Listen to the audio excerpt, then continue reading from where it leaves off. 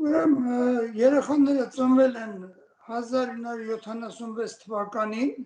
փետրվարի 10-ից 16-ը, կոնկրետ օրը արդեն չենք հիշում։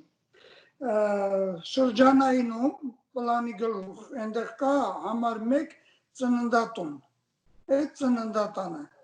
Ինչու եք կարծում, որ նրանք ողջ են և պարզապես նրանց ձեզ չեն հանձնել։ Պարզապես ուրեմն մենք առաջի երեխաներն էինք ունենում, զույգ երեխաները, ես 25 տարեկան էի, կինս 21 տարեկան էր։ Եվ այսպես ավելի անկեղծ ասած, շատ միամիտ, այսպես լրիվ ուրիշ ձև պատկերացում չունենք, առաջի զույգերն էր լինում, դրա համար մենք չէինք պատկերացնում, որ հիվանդանոցներում նման գործողություններ է կատարվում։ Առաջին օրը, երբ որ երեխաները ծնվեցին, եւ բժիշկը, եւ բուժքույրերը, եւ սանիտարները հերթով բոլորը իջնում էին ներքև, մաղարիչ էին ուզում, եւ մենք տալիս էինք, այսպես առատունը տվել ենք։ 3 օր, 4 օր, ոչ մի բան մեզ չեն ասել, թե երեխաների վիճակը վատ է կամ ինչ է։ Միայն մաղարիչ էին շորթում։ Դրանից հետո 4-րդ օրը, թե 5-րդ օրը կոնկրետ էլի չեմ հիշում, երբ որ գնացի կնոջս տեսնելու, իջավ ինձ մոտ մի բուժաշխատող եւ ասեց, որ երեխաները մի քիչ վատ վիճակում են, տղան մահացել է, մի անգամից ոնց որ արդեն գլխիս աշխարհը փուլ գար, ասի իսկ աղջիկը, ասեց աղջիկը հույսով ենք որ կապրի, ասի դե ուրեմն այդ դեպքում խնդրում եմ աղջկան ամեն կերպ փրկեք, գոնե մեկը ունենանք։ Մենք կարծում ենք, որ հաստատ մեր երեխաները չեն մահացել։ Եվ այդ կարծիքը ինչի համար եմ ասում, որտեղ առաջի օրերը ինձ ասեցին կբերեն երեխաներին կերակրման, բայց երկրորդ օրը չբերեցին։ Ասեցին, որ մի քիչ լավ չեն երեխաները, այդ ընթացքում պրոֆեսորը, բաժանմունքի պրոֆեսորը, ինքը անձամբ եկավ ինձ մոտ, հետո ասեց, բա գիտեք, երեխաները թույլ են մի քիչ, կարող է մեծանան, ասենք, չքայլեն, վնասվածքով են ծնվել, բայց ծնված ժամանակ ոչ մի բան, տենց բան չի եղել, նորմալ ես ծնունդ եմ ունեցել, ոչ մի վնասվածք չի եղել։ Ասել դե աղջիկ ջան, դու ջահել ես, մի մտածի, հիմա մենք չենք ուզում դեղորայքով, եսի մինչերով փրկենք այս երեխաներին, որտեղ վաղը միսօր ամբողջ կյանքում եթե հաշվանդամ լինեն, դուք կտանջվեք երեխաների հետ միասին, թողնում ենք ոնց որ Աստծո հուսին, կապրեն, չէ, մյուս տարի նորից դու ջահել ես, կգաս նորից երեխա կունենաս։ Դա ինձ ասում է պրոֆեսորը, որ ընդհանրապես բաժնի պրոֆեսորը երբեք չի եկել ծննդաբերող կնոջ կողքը նստել, ինչ-որ նման թեմաներ արտարծել։ Հետո դրանից հետո ես քանի որ արունահոսություն եմ ունեցել, ինձ ասեցին պետքա 10 օր մնաս։ Այդ ընթացքում մի հատ պրակտիկանտ երիտասարդ կար, միշտ այդ բժշկի կողքին էր։ Այդ պրոֆեսորի հետ, որ գալիս էին այդ ժամանակ պալատում հիվանդներին առավոտյան ստուգում էին անցկացնում, այդ տղան էլ էր գալիս։ Հետո այդ տղան առանձին մի քանի անգամ մոտեցավ մեր պալատի դռանը, ոնց որ ուզում էր ինձ մի բան ասեր։ Բայց ես քանի որ ոչ մի բան չէի հասկանում ու չէի ըմբռնում ինչ կարար ինձ ասեր, 5-րդ օրն էր կարծեմ, արդեն ասեցին, որ տղան մահացել է։ Ըստ հավանականության, քանի որ մենք փոքր էինք, ասենք իրանց ասածներին հավատում էինք, եսին չըմբոստացանք, ասենք լուրումուչ է ցավը ոնց որ մենք տարանք լացելով, իրանք մտածեցին դե ոչ բողոքող կա, ոչ մի բան չկա, մի 3 օր էլ որ ինձ պահեցին, ասեցին աղջիկն էլ է մահացել։ Երկուսին էլ ոնց որ ասած հեշտությամբ սենց դասավորեցին իրանք։ Հետո այդ տղան արդեն 10-րդ օրն էր, ինձ պիտի դուրս գրեին, այդ տղան եկա մոտեցավ ինձ, ասեց ուզում եմ մի բան ձեզ ասեմ, գնացեք ձեր անկետան մի հատ կարդացեք, ասեց բայց թող բուժքույրերը չտեսնեն։ Այդ ժամանակ անկետաները միջանցքում սեղանի վրա էր, բժիշկները, մանկաբարձները այդտեղ էին նստում։ Ես գնացի, մտածեցի, ինչի ասում կարդամ, գնացի մանկետան գտա ես, բացեցի, որ կարդացի, ռուսերեն էր գրված։ Ես ավելի շատ հակված էի, եթե այդ տղան ինձ ասում էր գնա կարդամ, մտածում էի գուցե մի հիվանդություն ունեմ ես։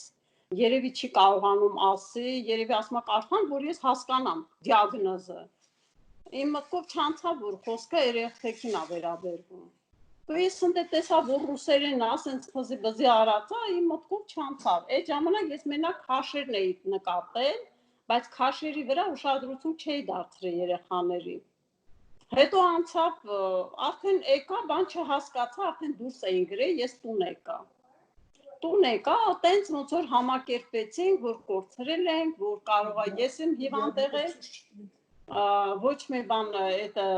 բան չհա, ես ասեցի, բա կարող եմ երեխաներից տեսնել, գոնե եթե մահացած են տեսնեմ, այդ բուժքույրը ասեց նա շատ վատ է, եթե տեսնես քո վրա կանդրադառնա եւ այլն, մենք մահացած երեխաներին չենք տալիս։ Ես էլ երեխա եմ, ոչ օգնող ունենք, ոչ մեր կողմից մեկը կար ինչ-որ, մենք լրիվ մենակ ենք այդ ժամանակ մնում։ Այդ ձևով մենք համակերպվեցինք, եկանք։ Մի մանկաբարձուհի կին կար, ինքը ինձ էլի միշտ հիշում էի, ինքը ասեց, միթե մի ինչ-որ կոնկրետ մի բան անկետան կարդալուց քո աչքին ոչ մի բան չի ընկել։ Մի փոքր մի բան գոնե կարող է բան տա էլի լույս բացի։ Ես այդ ժամանակ հիշեցի, որ քաշերը սխալ էին գրել։ Ես ունեցել էի 2 կիլո 100, 2 կիլո 200 երեխաներս։ Այնտեղ անկետայի մեջ 1 կիլո 100 էր գրված ու 1 կիլո կարծեմ։ Այսինքն այդ բուժքույրը, այդ մանկաբարձուհին ինձ բացատրեց, ասեց հենց սկզբից էլ քեզ խաբել են։ Ասեց քեզի վիժում են արել, դու երեխա չես բերել, նենց են արել, որ ծնունդ չկա, գոյություն չունի։ Դու վիժում ես, դու չես կարող էլ ապացուցես, որտեղ 2 կիլո երեխա ես ունեցա, անկետայի մեջ է գրված։ Քեզ հենց սկզբից ձեզ խաբել են։ Տեսել են, որ միամիտ եք, որ գյուղից եք, որ ոնց ասում են հավատում եք, ձեզ խաբում են, խաբել են։ Ասեց 100% ձեր երեխաներին վաճառել են։ Ու այդ տարիներին Մինասյանց էր կարծեմ պրոֆեսորը, կարծեմ, հաստատ չեմ, կարծեմ Մինասյանց էր։ Այդ տարիներին այդ հիվանդանոցից մարդիկ են եղել, որ երեխաներ են գնել։ Նախքան ծննդաբերելը բժշկական հետազոտություններ անցել եք, ինչպես է եղել երեխաների առողջական Նորմալ է եղել, ամեն ինչը նորմալ է եղել, 7 ամսական էր։ Ինձ ասեցին, որ արդեն իջել են երեխաները, ուղարկեցին պլանի գլուխ, որ գնամ այնտեղ, որպեսզի պաշտպանվեն մտքում։ Արդեն ասեց ծանր է երեխա, ավելի ճիշտ այն ժամանակ չգիտեն զույգ կա, գիտեն 1 հատ կա։ Նույնիսկ այդ պրոֆեսորը որ նայում էր, ինձ ասեց 1 հատ է, բայց խոշոր է քո երեխան։ Բայց այդ պրակտիկան տղան ասեց չէ, ես լսում եմ, որ այդ սրտի բանով էին զարկերակից էին հասկանում։ Ասեց ես կարծում եմ զույգ է այստեղ, մի հատ չի։ Ու ես ոչ մի բան, ոչ մի ինչ-որ ոչ դեղորայք, ոչ վնաս, ոչ մի բան չի եղել։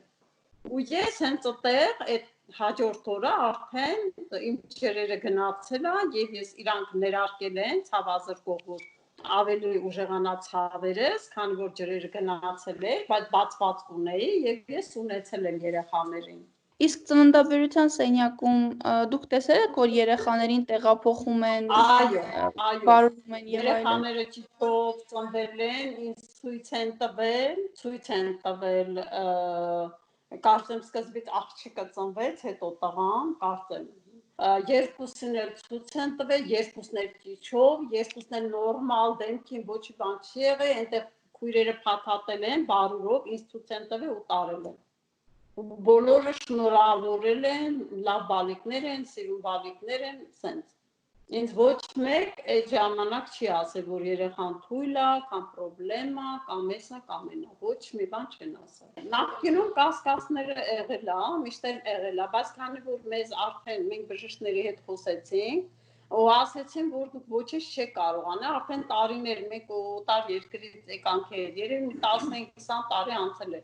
ասեցին նայեք, արդեն դուք ոչինչ չեք կարող անել, որտեղ դուք ծնունդ չեք ունեցել։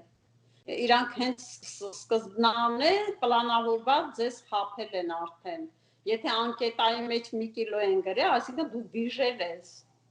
Դու բնակ երեխա չես ունեցել, չես ծննդաբերել, վիժում են ձևակերպել։ Այդ տղան հենց դրա համար է ինձ ուղարկել, որ ես անկետան կարդամ, որ գոնե քաշերը հասկանամ, բայց ես ռուսերենը մնացածը չգիտեի, գուցե եւ այնտեղ արդեն գրել եմ, որ ես վիժել եմ, ոչ թե ծննդաբերել եմ։ Եվ այդ տղան ինձ էդ էր ասում, բայց քանի որ այդ բժշկուհին ինձ բացատրեց, ինքը գինեկոլոգ է, ասեց նա արդեն իրանք միանգամից պատրաստված լրիվ արդեն արել են, վիժում էլ ձևակերպել են, աշխարհում որ քանդես, դու չես կարող իրանց վրա մեղք բարթես, արդեն այդի գրված է ու փաստացեք, ասեն դու չես հիշում։ Մի կիլո ա եղել, վիժել ես, դու էլ երեխեքին թողել ես, եկել ես, վիժած է, դու չես կարող ոչինչ անել։ Դրա համար մենք ոնց որ համակերպեցինք։ Այդ ա եղել մեր տարբերակը։ Հիվանդանոցից որևէ փաստաթուղթ ստանալ փորձել եք, թե ոչ։ Չէ, ոչ մի բան, այդ ժամանակ ոչ մի բանը չեն տալի, եթե դու